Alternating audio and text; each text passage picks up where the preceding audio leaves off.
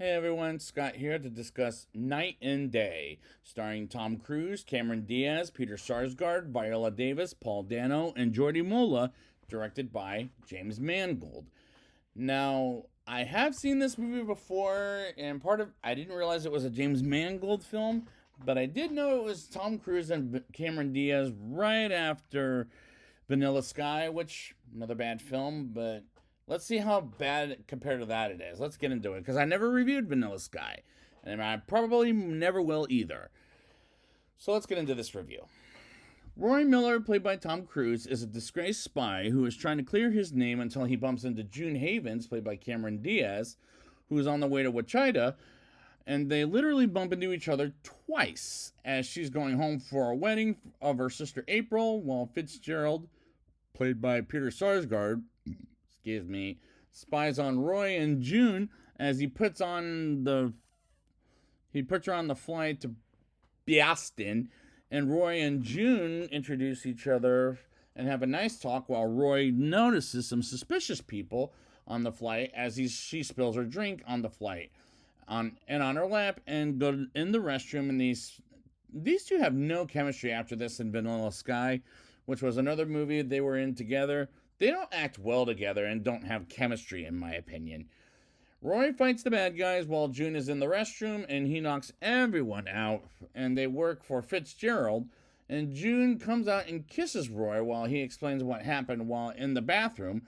And Roy flies the plane to land like Sully Sullenberger, but land on instead of water, which was a terrible sequence.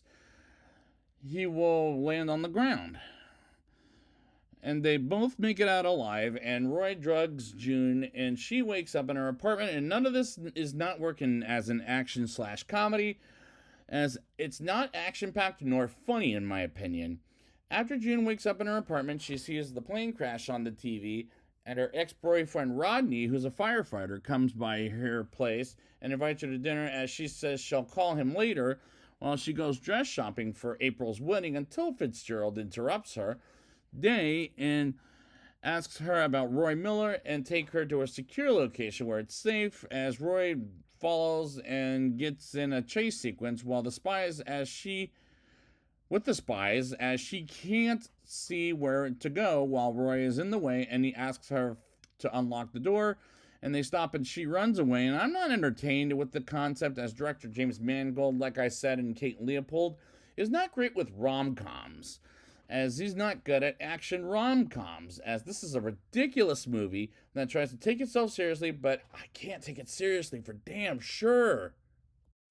June goes to Rodney as he was working out, and she talks with him in a diner about the plane crash and tells him what happened on the plane, and he doesn't listen to her about it, as Roy is an assassin. And Roy joins them in the table, and she tries to tell Rodney Roy is the guy while he chats with Rodney about his career as a firefighter, and holds June hostage, and Rodney goes after them and Roy shoots him in the leg, and by him I mean Rodney. And it doesn't kill him, but he does bring June with him, and he explains how he tried to warn her about getting on the plane in the first place. She says she feels safer with the spies than with him, and he pulls into a parking garage and lets her go, as he warns her about what will happen to her if she doesn't stick with Roy, but she ends up going with him, as this doesn't make any sense as a plot, as it's not a good plot in my opinion. Roy explains to June people are after a battery that Swarm, which was hidden inside a Burger King toy, and Roy talks with Fitzgerald about what Fitzgerald wants, and that is his contact, Simon Feck, played by Paul Dano, dead. And he was at a point, I've seen him in a couple of movies like Little Miss Sunshine and There Will Be Blood, which I've reviewed before. And I've reviewed him before in other movies like that, and Dumb Money versus the Batman, and so many other movies, as I always find him creepy in general. While Fitzgerald meets with his boss, Director George, played by Viola Davis, as Roy goes in a factory to look for Simon and have another dumb comedic action scene that was just feeling unconvincing and pervasive, as it was happening too often. And when they come It's predictable, and the score felt very late 1990s to early 2000s at times, as it was getting on my nerves, as was June holding a gun when she freaks out and fires a machine gun for no good reason whatsoever, and he drugs her for a second time. And this time she was knocked out for 18 hours, and they fly to an island where he lives, and this feels the most pointless of director James Mangold's career, as he's made better movies than this and maybe his weakest film to date. We'll see when A Complete Unknown comes, but June tries to punch Roy and walks away after his reflexes. While walking away, she gets a phone call from April, and there's no connection, as they're at an abandoned island, and she tries to fight Roy, and he teaches her how to get out of a manhole and gets spotted by Fitzgerald's drone. And they destroy the shelter Roy made up, as he learns she took a call, and they get on a helicopter she doesn't want to go on, but he knocks her out by a nerve instead of drugging her. And they end up on a train with Simon, and they're in Austria. And she's encountered by one of the bad guys, as she's led to believe it's Simon. And she picks up a note saying he's with Simon, and Roy sees she's not in the room, as she gets attacked by the man, and Roy beats his ass while June officially meets Simon. And this movie is getting more and more ridiculous as Roy and Simon and June throw the bad guy out the window and a train kills them, as that was just stupid. June hears Roy on the phone and invites him to dinner later in the evening, and he leaves June and Simon to go to a meeting with a woman named Naomi, played by briefly by Gal Gadot. What the hell is she doing here? As this was before Fast 5 ever came out, after she started acting in Fast and Furious 4,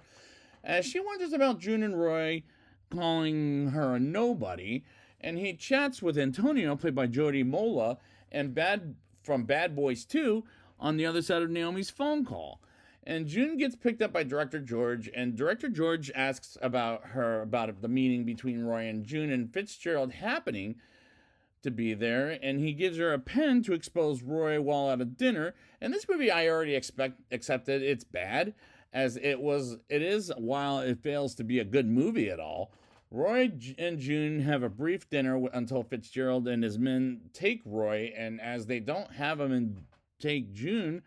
with them, while Roy runs for his life, and they're shooting at him dead while having the battery, and he falls into the water, and Director George gets June on a plane back home and celebrates April's wedding. While in Germany, Simon is with Fitzgerald, and as he shoots a man dead and phones someone saying he has the battery, and June gets back to work, and she looks up the address she saw earlier in the film and goes to it, while someone follows her, and she gets to the house of Frank Jenkins and his wife Molly, as she's looking for information on Roy Miller, as they bring up their son Matthew, who looks a hell of a lot like Roy as a teenager, which makes no sense whatsoever, as the kid on the photo died a long time ago. June leaves a message about the address and the Zephyr, as they end up